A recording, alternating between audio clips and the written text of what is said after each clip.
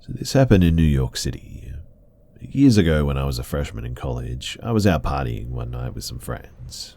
I wasn't drunk or on any hard drugs or anything, but I definitely smoked a blunt or two. At around 3 a.m. we went our separate ways, and I got off the train and began walking home. I had to take a longer route home that night, because some train lines were under maintenance. When I got off the train, I realized that I had to walk past the cemetery, and I started to feel a bit uneasy about that, but I wasn't afraid for any real reason. It was just sort of like, cemetery is spooky sort of thing. In any case, about 10 blocks and I'm home. I always saw trucks lined up on the cemetery blocks too, and being that it was a desolate area, I assumed truckers would park their trucks by the cemetery to take naps or sleep before continuing their routes. Back then, I really didn't think too much of it. A few minutes after getting off the train, I heard a faint sound of what I guessed was a car or a truck door being shut behind me. I turned around and I didn't see anything. I scanned my surroundings once quickly and didn't see any other people. Not ahead of me or behind me for as far as I could see anyway. I kept walking, this time a bit faster, and about a minute later I hear footsteps behind me. I turned really quickly and I saw a man walking fast a few feet behind me. When he saw me turn, he began catcalling me by making kissing noises too. I was used to these catcalls, especially living in New York City. By my house, there would actually be a line of men on the corner every morning, waiting to be picked up for construction work, and every time I passed them to go to the store, I would get catcalled and a little bit harassed. So for the most part, I just ignored him like I always did, and I kept walking, but definitely faster this time. A few seconds later, he was running to catch up with me though, and he was now at my side speaking to me in Spanish, which I don't speak. He grabbed my arm tightly and began pulling me toward him. But when I started screaming and fighting him off, he pushed me up against the cemetery fence, and in the midst of this, my heart sunk to the floor as I thought that I was about to be assaulted, or perhaps worse. Seconds later, he had me off my feet by both arms, but then I noticed his face turned completely white in the moonlight. It was a face of pure horror as he seemed to be looking past me into the cemetery, fixated on something. He let out a blood-curdling scream and he let me go. As I dropped to the ground and looked up, he was already across the street and running out of sight. Choking on tears, shaking beside myself, I picked myself up and I ran as fast as the last few blocks to my house as I could. I didn't turn to look inside that cemetery once. I did not turn around at all, in fact. I didn't stop until I was home. To this day, I really don't know what happened that night, and it's always perplexed me. I never took that train again or walked past that cemetery either, and to be honest, I never told my parents too, and only told a handful of friends over the years, because to this day, like I said, I still don't understand what actually happened. But what I do know is that something probably saved my life that night.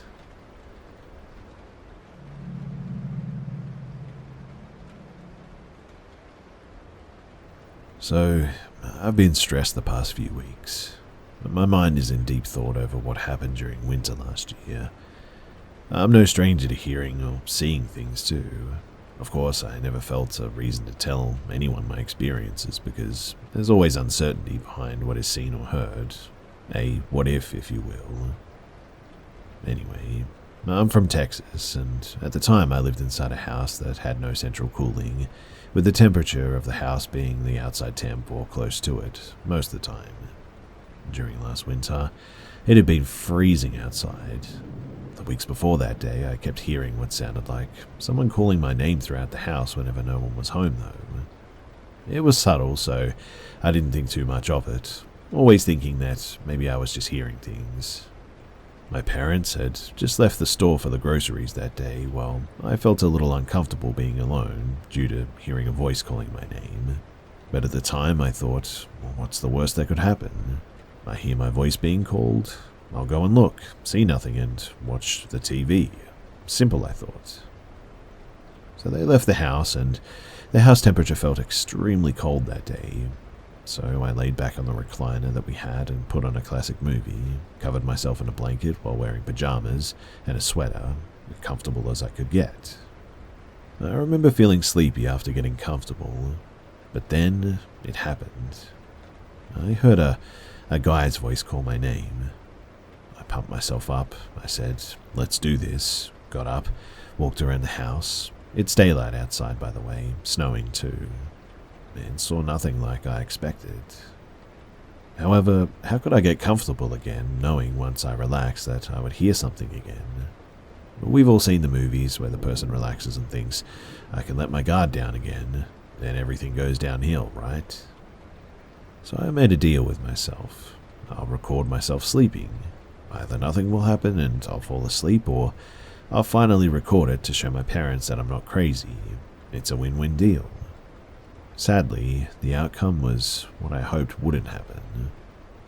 I put my phone onto a table that's used for drinks near the recliner, set it to record myself on the couch, slowly drifting off into sleep, thinking nothing will happen while it's recording. I woke up, what seemed to be maybe half an hour to an hour later, to a loud crying from a woman's voice. Me being sort of drowsy, I looked around to find the source of the noise, and there was a hole beside the recliner. And I know it sounds weird, but the owner didn't lay the floorboard down correctly and it eventually broke, so we put a temporary board over the broke part, but it left a sort of small little hole because it didn't exactly fit. And the crying was coming from beside me and in exactly that direction of the hole. I looked directly at it, realizing what was happening, jumped straight up and backed away in shock. The sound faded. I questioned if what I had just heard could have been my waking up from a lingering dream or something, but the only way to confirm it is to check the recording still going. I collected my phone from the table, paused the recording. Thoughts ran through my mind while getting my headphones to listen closely. I thought, 1, I'm going to hear nothing and realize that it was only a lingering dream, sit back down and laugh off my paranoia. Or 2, I will hear it and confirm a dreading truth. I went outside because I didn't feel exactly comfortable inside anymore. The temperature was around 20 degrees Fahrenheit. Yes, I know, it's probably not that cold to some, but in Texas, it's normally like 100 to 110 degrees. Even the power went out a few times during the winter for a good part of Texas. They weren't prepared for snowy weather. But I sat on the porch, headphones on, fast-forwarding the video until I saw myself waking up and rewinded a few minutes before to see the truth. My heart raced with anxiety as I watched. In the video, I slept like normal, but then a noise came into the audio. It sounded like an eerie whine that became louder until the audio started cutting in and out like distortion. In the video, I woke up to the noise and looked around with sleepy eyes before looking at the floor and jumped up. I got chills at that, and I waited outside in the freezing cold, waiting for my parents to come home. I didn't want to go back inside. What I did next, I'll have to explain my reasoning too. You see, I've been through a lot. Near-death experiences plenty, poverty, an abusive father, and terminally ill mother. Yes, the parent that I have is my stepfather. I wasn't really scared of too much back in those days, and I always thought that it was best to face my fear anyway. So I calmed down and I went back inside. I went to the living room where it happened and I closed my eyes. My brother passed away when I was a teenager, and sometimes when I'm going through hard times, I'll speak to him as if he's there. I said, "Brother, I don't know what to do. I'm hearing noises and it's weighing on my mind. I can't sleep or relax even in daylight, and I finally have proof that it's not inside my head. I love you and miss you, and I'm going to keep trying." Feeling more relaxed after saying that, I started to say a prayer. I'm a Christian, but I would be lying if I said that I followed my religion to every word. I'm not 100% on who or what God is or what religion is, so I pray, pouring my heart out, hoping God understands my ignorance and guides me from the trouble. I said in my prayer, "Please give me guidance. I understand people die and I'm not sure how death works." The crying I heard sounded like a woman in sorrow. It scared me at first. All I can do is pray, not for my own fear, but to show whatever it is guidance and love. Let it come out from the darkness into your light so that it ceases to suffer any longer. I took a deep breath after that, and I opened my eyes. I no longer felt worried, too. My heart felt at peace. I realized that sometimes fear is from ignorance of not knowing how it works. I hear a scary crying and think instantly of fear and ghost videos, scary movies, death, but I never think how it must feel to be stuck to a house or feel alone in some dark place, a family member or friend, neighbor to someone at one point. And writing this now, I really don't feel too stressed anymore. But I showed my parents the video, and of course they felt fear and weren't sure how to feel about it.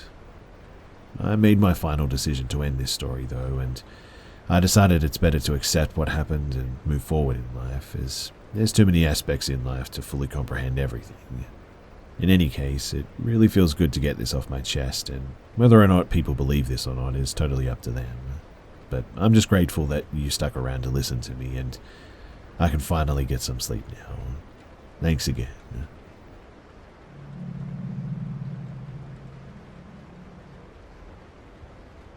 So I work for my city's water department. My everyday job consists of repairing leaks or doing new installations for businesses and homes. There are two parts to our water department that keep everything running: distribution, where I normally work, and production. Production deals with the chemical side of things. They chlorinate the water and do water sample checks.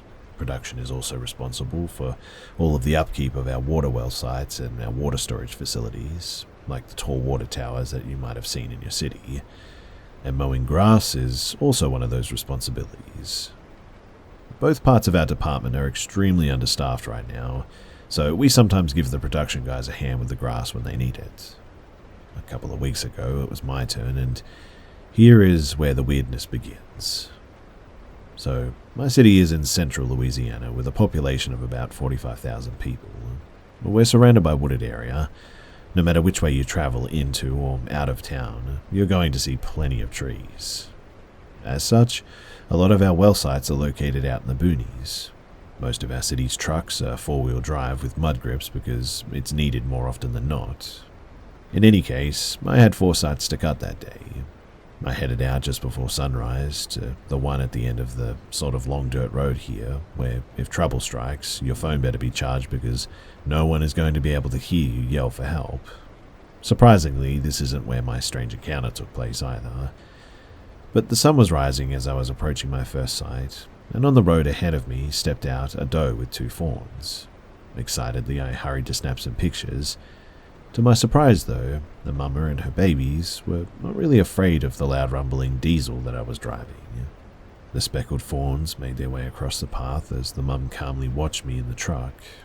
Once the babies were safely across, she looked back the way that she had come and then joined the little ones in the tree line on the opposite side of the road. Now, I breezed through my mowing pretty quickly, loaded the equipment back onto the trailer, and texted my mum the pictures of the deer as I headed back into town. My mum messaged me back saying, "I've read that deer are an omen of good fortune. Looks like you're going to have a good day. Be safe, and I love you." And I did have a great day. I knocked out the 2 next sites without issue, and everything was going really smoothly. That is, until I reached the gate of the last place that I had to mow. McKeithen's site is the biggest one that we have that's closer to town. It's about the size of a football field. It's not in the middle of nowhere, but it's definitely on the outskirts of the city. There's normally plenty of traffic that travels the road there, so there's really no feeling of seclusion, even though it's surrounded by thick woods on 3 sides. I've cut this spot plenty of times though, but that day felt different. I pulled the truck through and hopped out to lock the gate behind me. Immediately too, I felt like I needed to get back into the truck as quick as I could. I made my way down the driveway to park near the tower, like I have many times before. But after I parked and killed the truck, everything just felt really heavy and really silent too. I don't know how long I sat until I was able to will myself to open the door and get out. Instantly, though, I felt eyes on me. The feeling was coming from the back right corner of the field outside of the fence, just in the tree line where the palmetto bushes grow. I calmed my nerves and reminded myself that I was surrounded by an 8-foot unclimbable fence with gate locked and everything. So yeah, if someone had a gun, then they could have shot me if they wanted to, I suppose, but they weren't going to actually get to me. If the barbed wire at the top of the fence didn't get them, a face full of weed eater string blades would.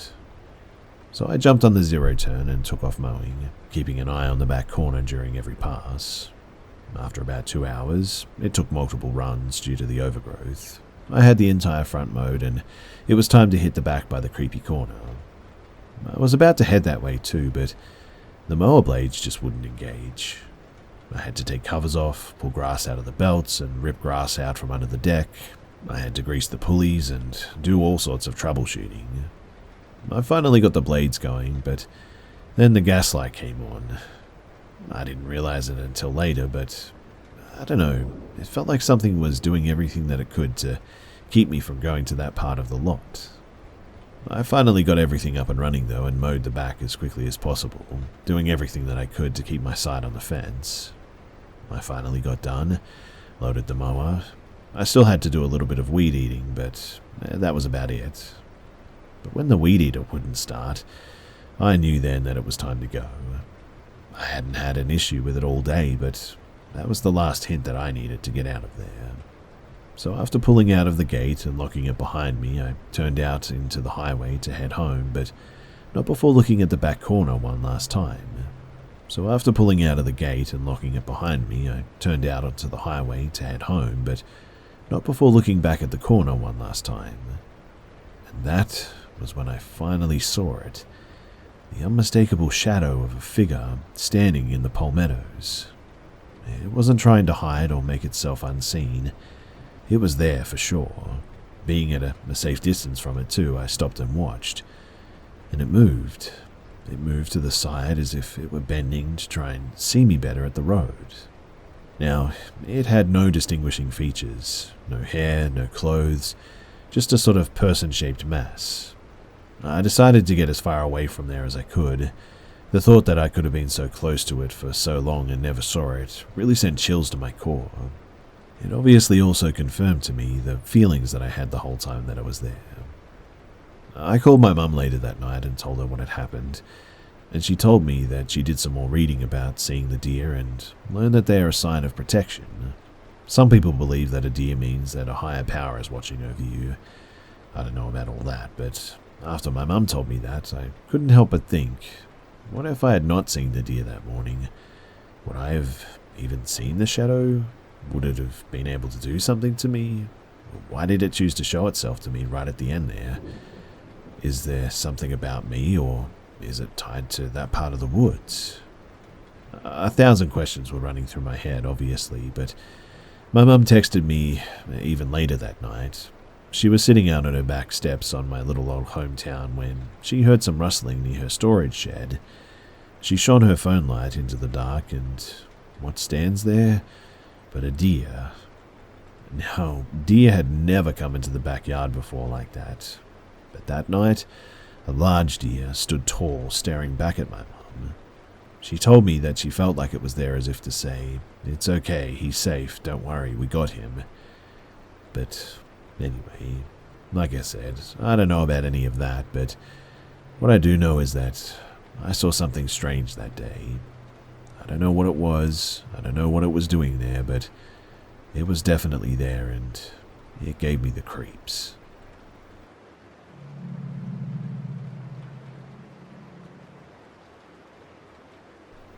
I've always been a fan of camping.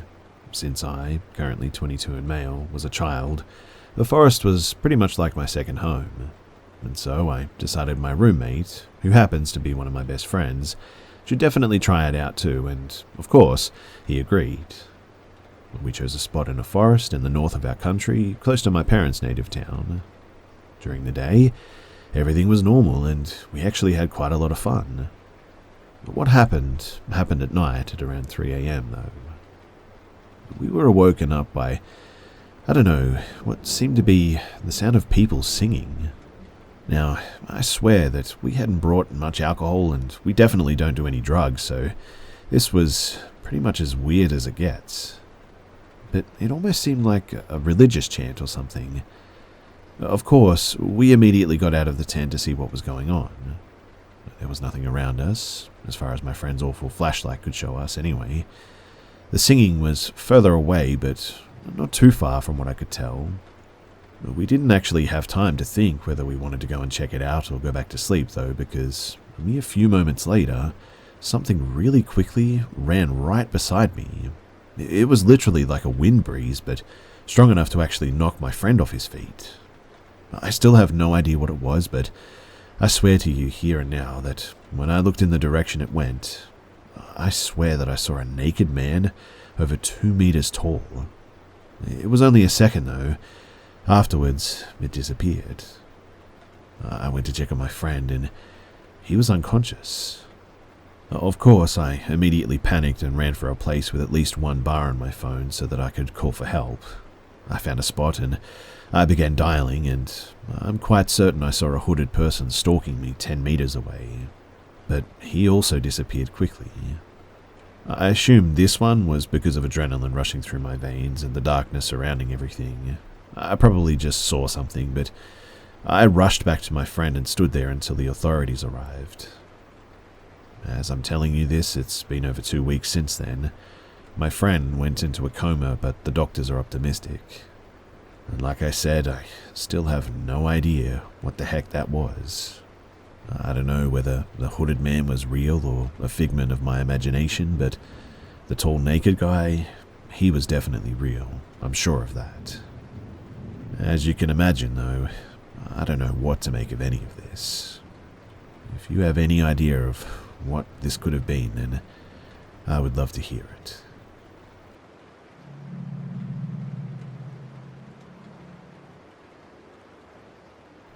This is a bit of a strange one, I'll admit, but I would like to get your opinion on it. So last year, me and my girlfriend decided to go camping, as we were sick of being inside. So we packed our stuff and off we went into the wild. The first 2 days were great. We found a great spot and set up camp. We roasted s'mores, birdwatched. It was amazing. And well, the 3rd day we were at the nearby lake watching a flock of ducks swim around on the water. We were at a picnic table just kind of talking when a girl approached us. She was young, maybe 15 or 16. She told us that her father had fallen and that she needed someone's help. We offered to call for help, but she said that he wasn't badly hurt and just needed someone strong to help get him up. We agreed, as my girlfriend knew first aid and we had a kit with us. So she led us into the forest along a trail until we got to a point where she said that they had gone off a trail because they had seen a certain bird and her father was an avid bird watcher. We were reluctant, I'll admit, but here was a little girl needing help with her father, so we did go after her. We reached her father eventually, and, well, something just was not right about it. You see, he was on the ground like he had fallen, but he was old, like 70 at least, which was weird because she was like 16. She called him her father, not grandfather as well. In any case, she stayed up on a little ridge with my girlfriend while I went down and helped him out. I asked if he was hurt bad, and he said no, and that they were okay now and that we could leave. I remember looking up at my girlfriend, who was staring at this girl as if trying to telepathically communicate something to her, but she was looking at her father, and we helped him up to the trail, walked in silence while the girl talked about the birds that we saw until we got back to it, and once there, they both turned and just sort of stared at us, telling us that we could leave now. It was altogether a really strange situation, just a weird vibe all around. I really don't know how to describe it, but it was like the man didn't want her to go and get help or something, but since she had, he was trying his best to get us away from them the quickest way possible. Once we got back, we alerted the local authorities, but I don't think anything ever came of it. Once we got back home, my girlfriend looked into missing child cases from the area, but didn't find anything. But what if she wasn't from there, and he had taken her from somewhere else? looking back now, I feel like we should have asked more questions because the whole thing was just so strange. But we didn't, and honestly, I regret that.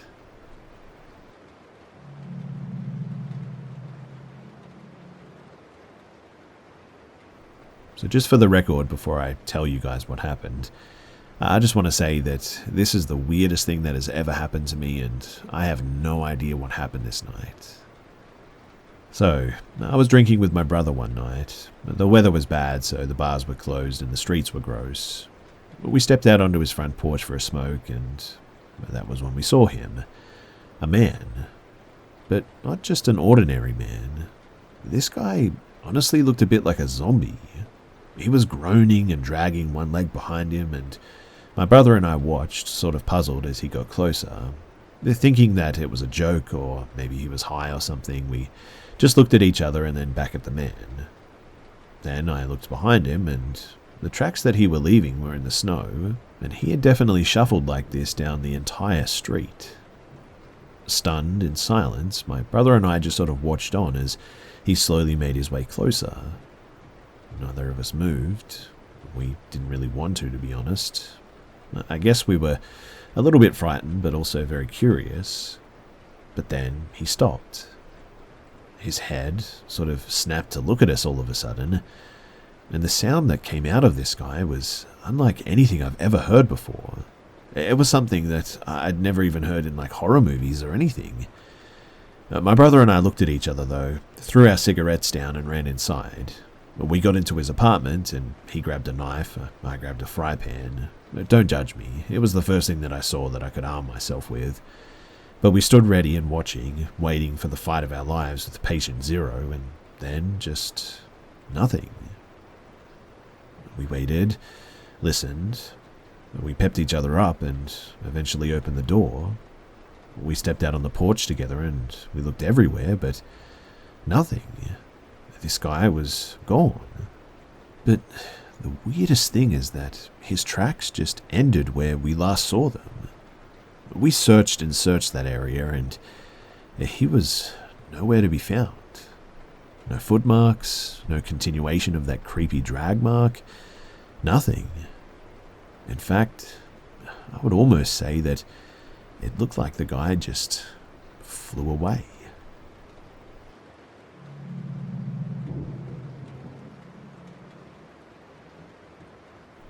So, I, a 21-year-old female, had a pretty scary experience with my husband. This happened about a year and a half ago, I think now. And I've always been a huge paranormal fanatic.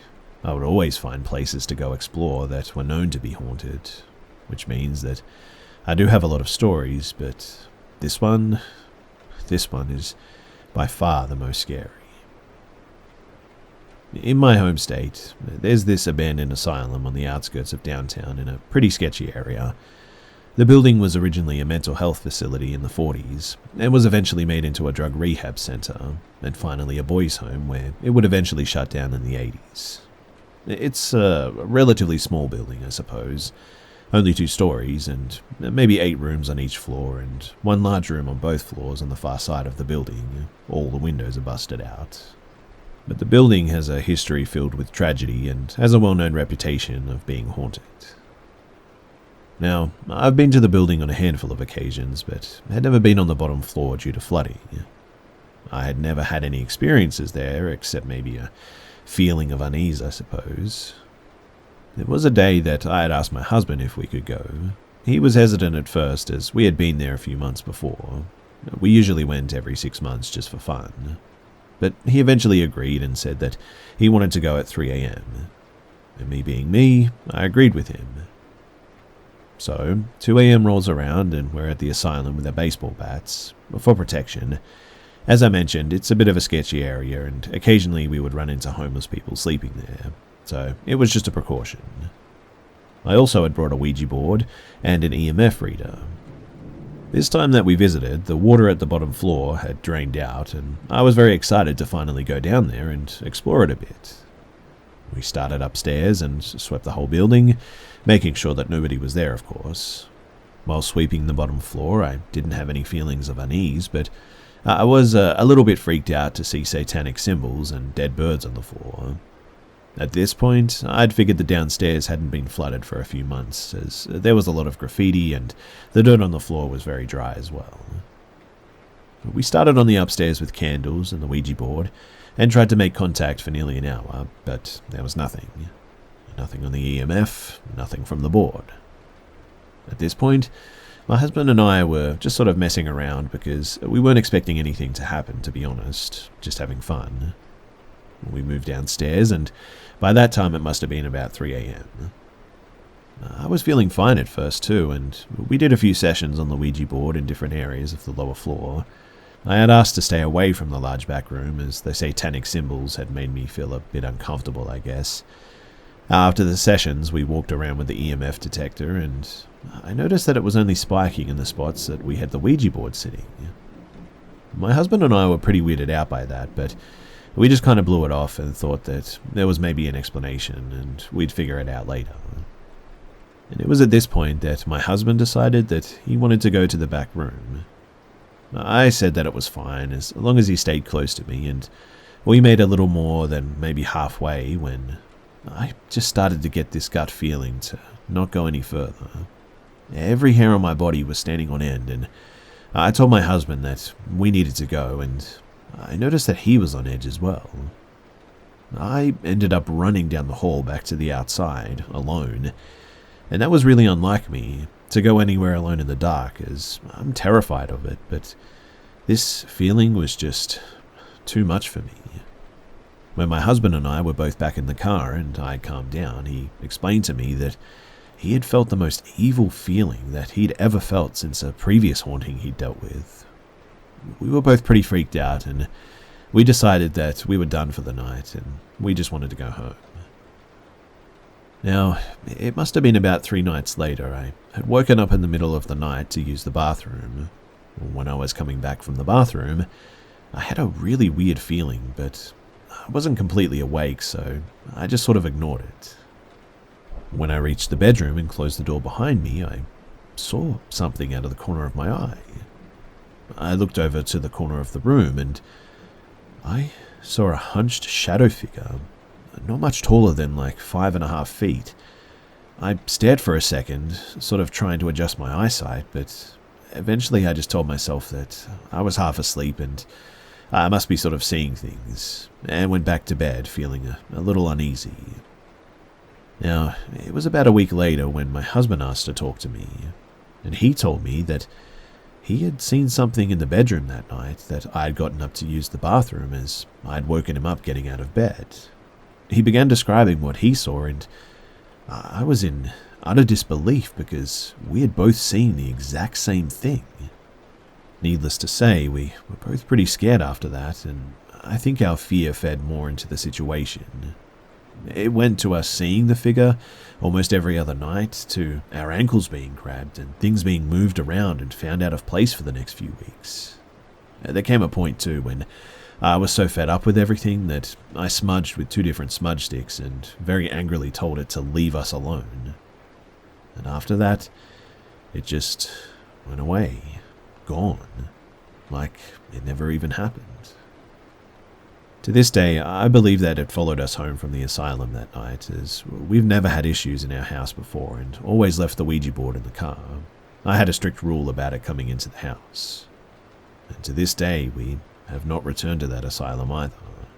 Even thinking about it over a year later, I can still feel the pit in my stomach of when I felt the evil that we experienced that night.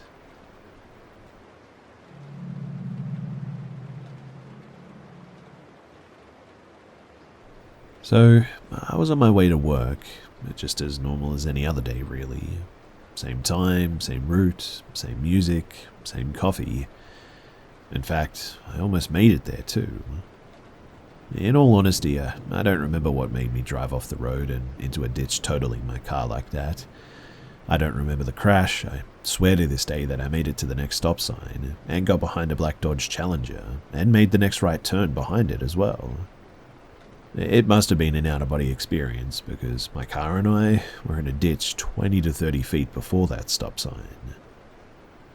Fast forward, I woke up in the hospital disoriented and confused. I had never been in a hospital bed staring at the ceiling before, so I guess I was asked the routine questions. Do you know where you are? And me being me, I said something like, it's not heaven, I probably wouldn't be going there, so I guess a hospital? Do you know why you're here? And for the love of all that's good, I just could not remember one single bit of it. I legitimately thought that I made it to the stop sign. I didn't even know that I had a car accident. So I said, no, what happened? Is there anyone you'd like for us to contact? I didn't remember that I was married, much less remember the name of my spouse.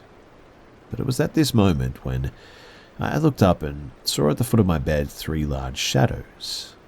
There was one officer at the window to my left, 2 nurses on my right between the bed and the wall, and the doctor was at my hip to my left. I asked, why so many people?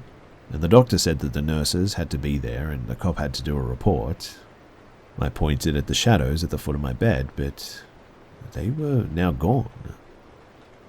The doc confirmed that there's nobody there, but still dazed and confused, the officer now standing at my hip and the doctor at the foot of the bed told me that I was in a car accident. So I asked if there was anybody else injured, people in the other vehicle, walking pedestrians, if maybe I hit an animal or something. But no, just you. It was just you is what they told me. I try to be a good person, so maybe it was the relief that I didn't hurt anyone else. I started to cry, and the officer kindly wished me a speedy recovery and made his way out.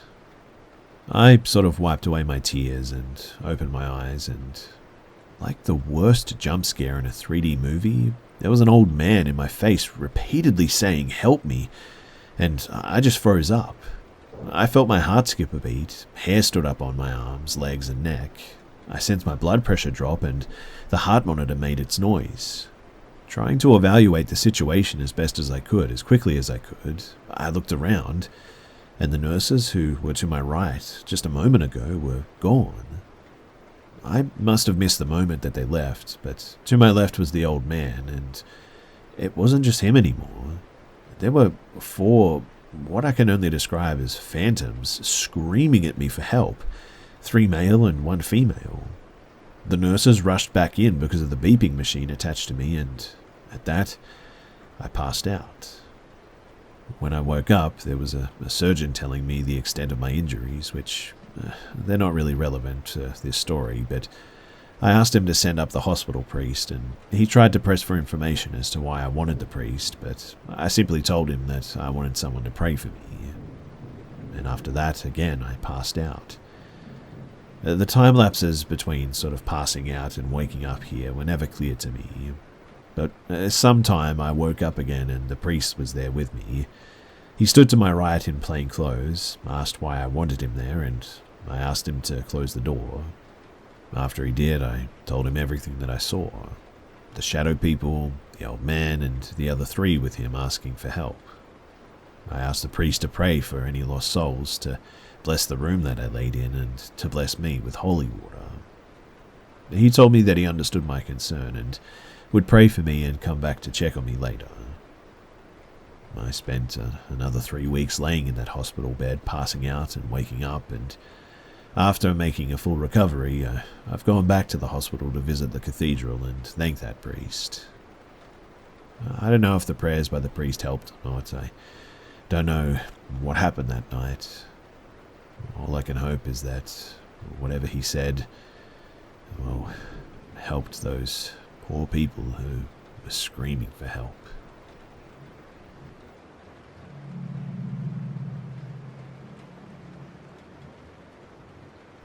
So this happened about 6 years ago in a very rural town at a gas station.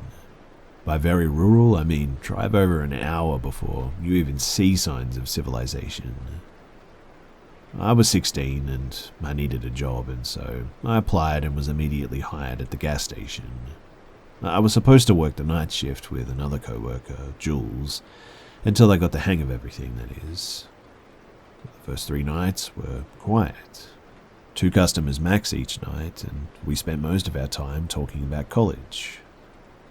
On the 4th night, around 11, we got our first customer, John.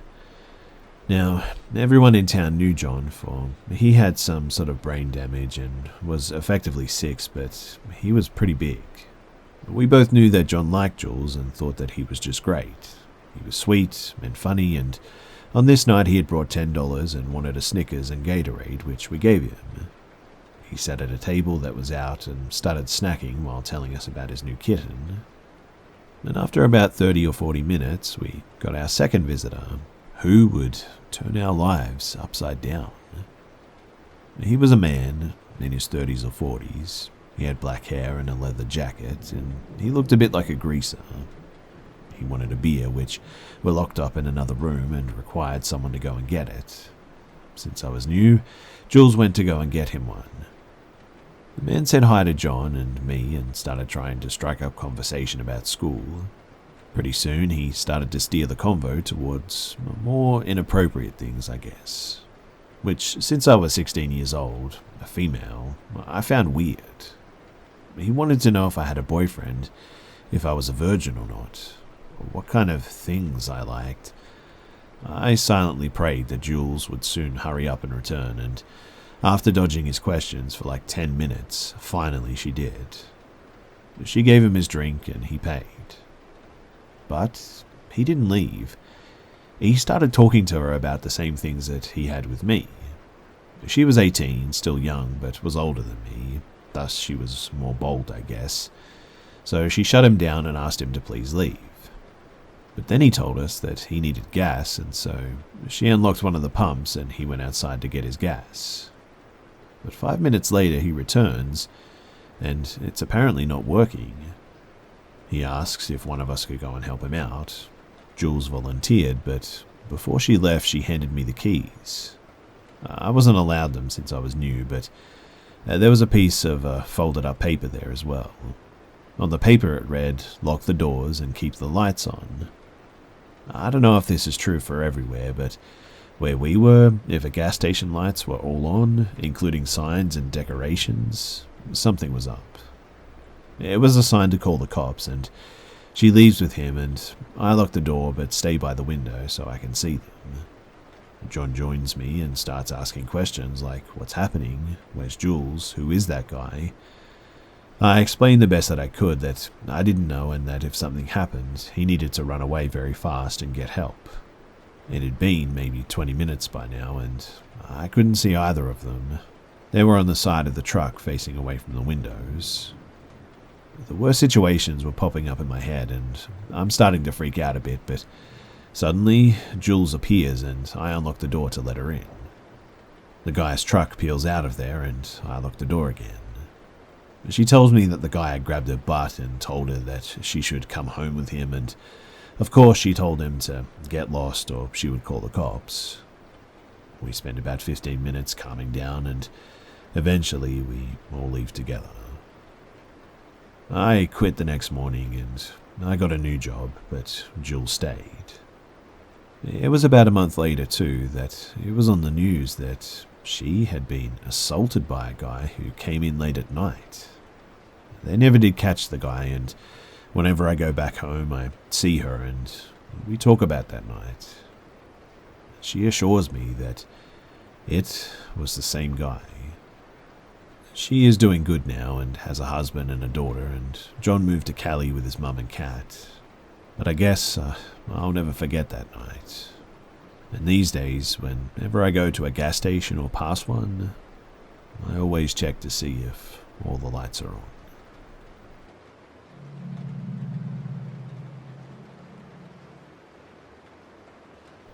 So earlier today, I wanted to get out of the house a bit.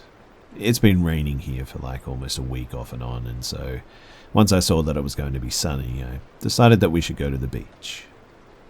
I left my phone behind, which isn't unusual for me because I have a bad habit of dropping it at the beach or on hikes.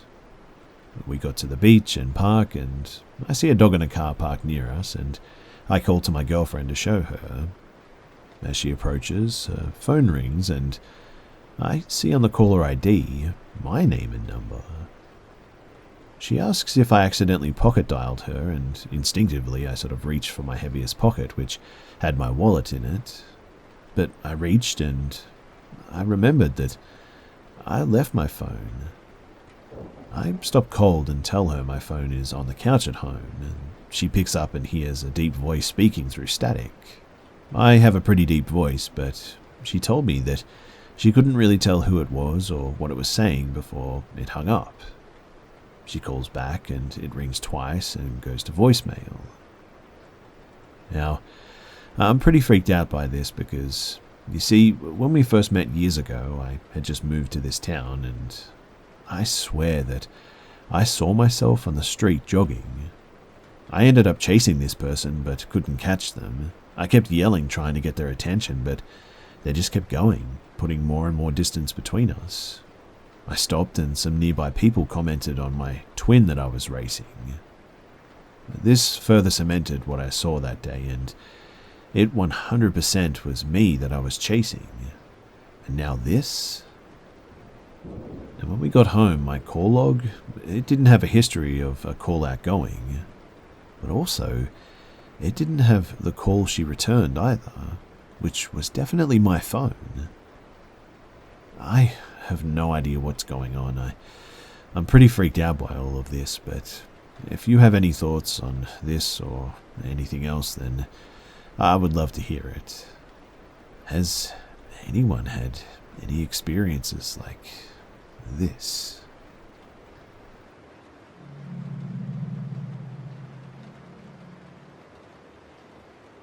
So I currently live in the United States, but out of college I took a job in Australia on a horse farm. Then I was 21 and this was my first major job and I loved it. When I arrived, I moved into the original home on the property, which was smack dab in the middle of 400 acres. It was close by to the main house and the barns, but fenced and had considerable privacy, and no one ever bothered us. During my time there, we had an influx of seasonal workers coming and going, and the owner travelled frequently to other farms and overseas, so much of the time I would be left alone on the property in the evenings. The house itself was a moderate-sized ranch, 3 bedrooms, 1 bath or shower, and a laundry room. We mainly used the back sliding glass door to come and go from the house. From the day I moved in, the sliding glass door rollers were broken. It was old and heavy glass, and you had to lift it and push hard to open it. But the back entrance went to the garden, and it had nice views, and it's where we frequented for tea breaks and stuff. Now, as soon as I moved in, I immediately got feelings of being watched, but I wasn't hearing anything. A few weeks after the move, I had an almost lucid dream. I was laying in bed when I looked up, and at the foot of my bed stood a woman in a full-length dress, purple lace, high neck and sleeves. The woman looked middle-aged, maybe late 40s or 50s. Her hair was pinned up in a bun on top, and the only way that I knew that she was upset of my presence was the look on her face. She looked like she just wanted me out. She didn't say anything, didn't move, just stood there staring, and suddenly I awoke and she was gone. I had this dream too, many times while I lived there. The only thing that changed was her face. It seemed to soften the longer that I was there, but occasionally she looked angry or upset. After a time, I believed that she resided in the home with us and was just there. She didn't seem to do much around the house other than watch and show up in dreams. And she actually has little to do with this story, other than to give context to what I believe was in the house up until this point. But let's fast forward to 5 months later. All of my previous housemates have left, and it's just me in the house now. I had a nice day at work on the farm. It was a busy and bustling day, lots of people on the property. It was winter in Australia, if you want to call it that, but the days were a bit shorter. I climbed into bed at around 8, which was normal for me, and usually I just sort of sit there with my laptop and play games, browse the web, or make calls home to family in the US. So I've been in bed for probably about an hour at this point, just relaxing. It's dark out now when suddenly I hear the sliding glass door push open and someone take 4 heavy steps into the house. It sounded like heavy work boots, and it actually shook the house a bit. Everything went suddenly quiet, and I absolutely freaked. I jumped up and grabbed whatever I could find, which happened to be an old heavy shot glass. We didn't have a lot of cups there, and I'm not a big drinker. It's just what we had. And my alarm clock, which is one of those old ringing ones with a hammer between two bells. I guess I figured that I'd throw stuff at the intruder. I mean, no one ever entered the house without a knock or at least a call out. And after a few minutes of getting my nerve up, I entered the hallway and walked into the kitchen. But there was no one there. No person, no boots, and the sliding glass door was closed. I never heard it close though, only open, and it makes a distinct sound. I opened the sliding glass door and called out. I grabbed a flashlight and beamed it around looking for anyone. I was panicking and looking for answers, so I desperately called the farm manager to see if he had stopped by at all, and he answered, and panicking I asked if he had been there, and he said no. I said, well, maybe the owner had stopped by looking for me, and he corrected me. He said that the owner was with him and that they were 2 hours away at the races, and that there should really be nobody else on that property. At this point, I was very unnerved, and I spent the next 4 hours calling family overseas and unable to sleep. Many weeks after this, I ran into one of the old farm hands who had left prior to this event, and he mentioned that he didn't have a real bed while he stayed at that house. We kind of laughed about it, and I was like, you should have asked for a bed frame or something. He slept with the mattress on the floor. The room that he stayed in was right off the kitchen and directly across from the sliding glass doors. And somehow we got onto the topic of the kitchen light being left on at night. I was always first to bed, so I never turned it off, and even after everyone left, I just continued to leave it on, not thinking about it. At least not consciously, maybe subconsciously, I guess. But he mentioned that he never turned it off either, and in fact would always turn it on before heading to bed if it wasn't already. When I asked why, he said that it was because he often heard footsteps in the kitchen, and he could even see a light under his bedroom door and wanted to see if anybody was there. He never saw shadows or anyone else in there for that matter, but it was creepy to hear that this guy, he had such a similar experience to the one that I did.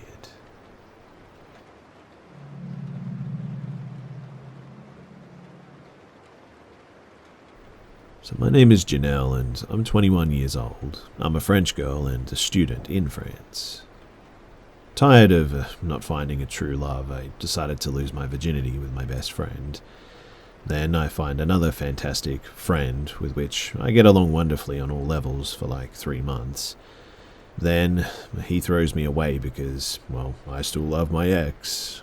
And being a little fragile at that point, I make my first attempt, go to the emergency room and then the mental hospital. For the smart ones among you, you'll understand that I was already depressed for a few months at this point. Under treatments, I mean. With a strong penchant for alcohol too. And to complete this auto-destruction mechanism, what better than dating apps, right?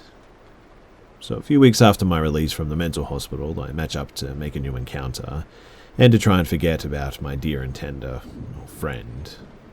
I always meet the guys at home for a first date because I have zero experience, and that's what I did for my very first date. One fine day comes around when I match a guy. His name was Mathway.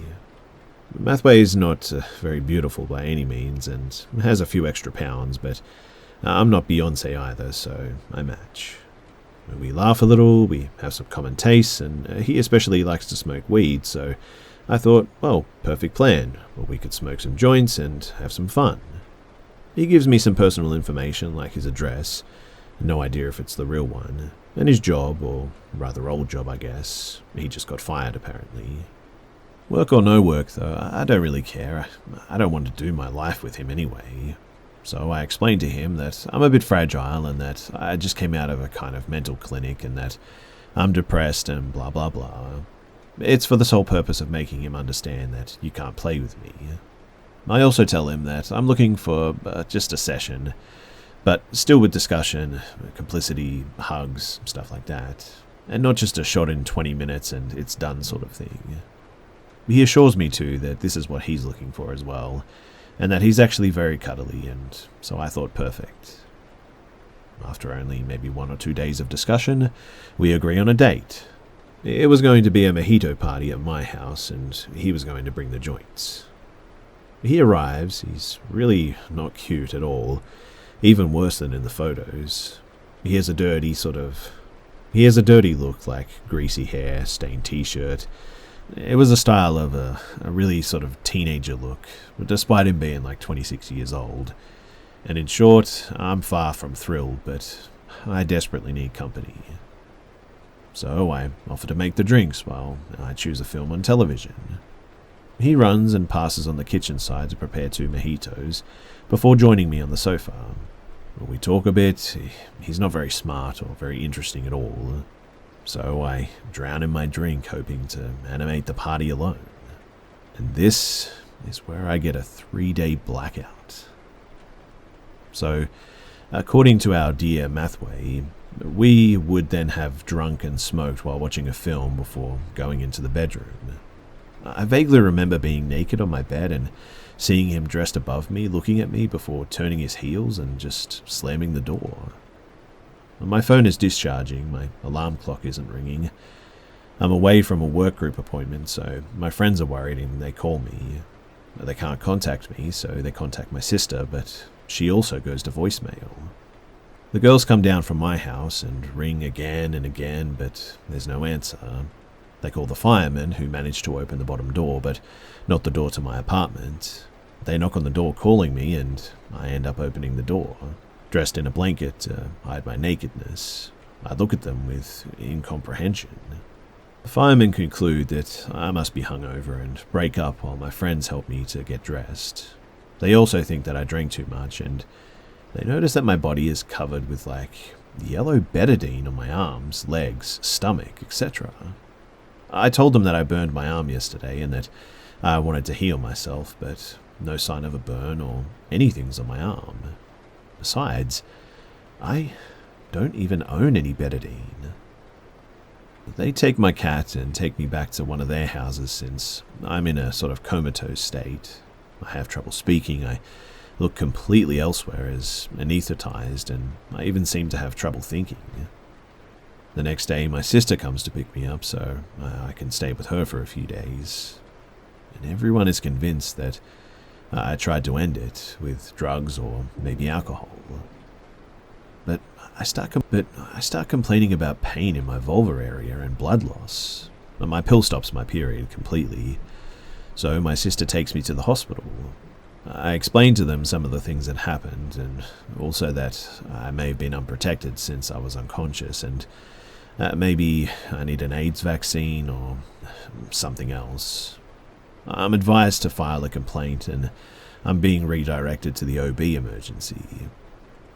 The next day, I finally regain consciousness gently. My relatives see it right away, and I'm a little more lively, and my remarks are more consistent. They meet me in the GYN emergency, and I get swabs done, and I get preventative AIDS treatment and stuff like that. And over the course of a week, I made a series of appointments for blood samples, urine samples, and stuff like that. And I went to file a complaint with the testimony of my friends who met me at home, and my sister who took care of me. And after talking about it around me to people my age, older people as well, but especially medical staff and the police, the term organ trafficking was mentioned more than once. They think the guy maybe chickened out at the last minute or something. But despite my complaint, my bed full of betadine, my underwear torn off, and the blood on the doors of my apartment, what the heck, right? My attacker, he got nothing, and I guess I'll never know what really happened and what he really wanted that night. I would like to point out too that I used to drink and smoke in addition to my treatment, and that never before have I had a blackout of like 3 days. I'm pretty sure that he must have put something in my drink, something strong. Anyway, it was a pretty terrifying encounter, and it was a good lesson, and it's good to talk about, well, all of it. and get it off my chest.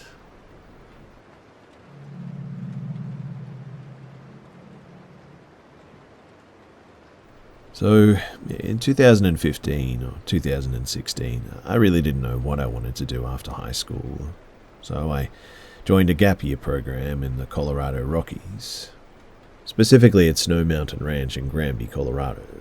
It's part of YMCA of the Rockies, and it was an awesome gig because although I worked, the room and the board was paid for, and I spent a lot of time hiking, canoeing, and adventuring out of the resort with the friends that I made there to different towns. Honestly, it was one of my all-time favorite memories. But I have some creepy experiences in the woods, like coming across small herds of moose at night. Moose are huge, and hearing coyotes in the distance, feelings of being watched, but overall it was always nature, and although a bit creepy, it wasn't anything David Attenborough hasn't seen, right? But the only unexplainable and creepy experience that I had was experienced by more than one person, and it was when we hiked, but mainly drove, some old logging roads to an abandoned yurt in the middle of the forest. It was Halloween of 2015, and there was a staff party, and it was fun. I went as Gumby in a full costume, but since it's a YMCA-sanctioned event, there was no alcohol. So we decided to ditch the party, and 7 of us crammed into my friend's Jeep Cherokee to go and make a party of our own. It had snowed, and my friend Abby knew about an abandoned yurt because one of our fellow staff would go out there and drink by himself, which I thought was pretty weird, but we were all gung-ho and tired of the Safeway snacks and drinks at the party, so we decided to go for it. The snow started to pick up a bit more as we went out there, but since Abby had a decent off-road vehicle, we managed for the most part. Now, maybe like a decade prior, there was a pine beetle infestation that killed a lot of trees here, so they had to cut down a lot of the forest. When I got there, they were in the middle of replanting, so logging had since ceased, so there were miles of older logging roads abandoned, but the YMCA turned them into sort of Nordic ski trails for the winter time. The yurt was out there for people who wanted to get out of the elements if they needed. That's what I was told anyway. I know we didn't let customers rent it or anything because I worked at the front desk. But anyway, we drove out there drinking whiskey and blasting some Halloween soundtrack that helped make the ambience a bit spookier. And although it had been snowing a bit, there wasn't enough on the road yet to cause any issues. After a 30-minute drive into the woods, we pulled off to the side where there was a locked gate. Obviously, we jumped it. We had brought pillows and blankets with us because we planned on staying the night. We had to walk like another 15 minutes to get to it. It was in a really cool spot too, like in a clearing and at the bottom of a cliff. It was miles into the woods and away from the main property. But anyway, we drank and smoked for a good while and had a lot of fun. We made snow angels and had a snowball fight, and we went back into the yurt after a while and continued our consumption and started telling scary stories. After a while, we started getting sleepy, and we got in whatever sleeping bags or blankets we brought and tucked ourselves in. We made a couple of jokes as we fell asleep to break the silence, but after a bit, we were pretty much knocked out. Now, at some point, I woke up early to Abby's boyfriend shaking me awake and pointed to a window. When I looked, there was a shadow there. All of a sudden, we heard a loud bang like something had thrown itself onto the side of the yurt, and everyone was up now. The sound of something smacking against the canvas sides started coming from all around us at one point, and at first I thought that it was snow falling off the treetops, but we were in a large clearing with no trees over the yurt. But then we heard the sounds of something climbing up the 3 wooden steps and pausing. We all held our breath, but nothing. Not one sound. Abby was the only girl, and all of us dudes decided to rush the door and see what was out there. We opened the door, but there was nothing. In fact, it was eerily quiet. The worst part, though, was what we found outside of the yurt, which was the distinct lack of any footprints anywhere. No paw prints, No boot prints, not even snowshoe tracks. The snow had even blanketed over the footprints that we had left earlier, so there really should have been something. We thought maybe the wind had lifted the canvas and made it flutter, but when we checked, it was flush with whatever it was attached to, and you just couldn't move it. It was super weird, and we thought maybe the staff member who came out to drink by himself was behind it, but again, we looked everywhere and there were no boot prints. I also don't think that it was the wind because, well, me and Abby's boyfriend saw the shadow by the window, and we all heard footprints on the steps. We were pretty sober at this point too, and all of us wanted to go back, so we left. I never did go back to that yurt, but I can't say that I want to anymore either.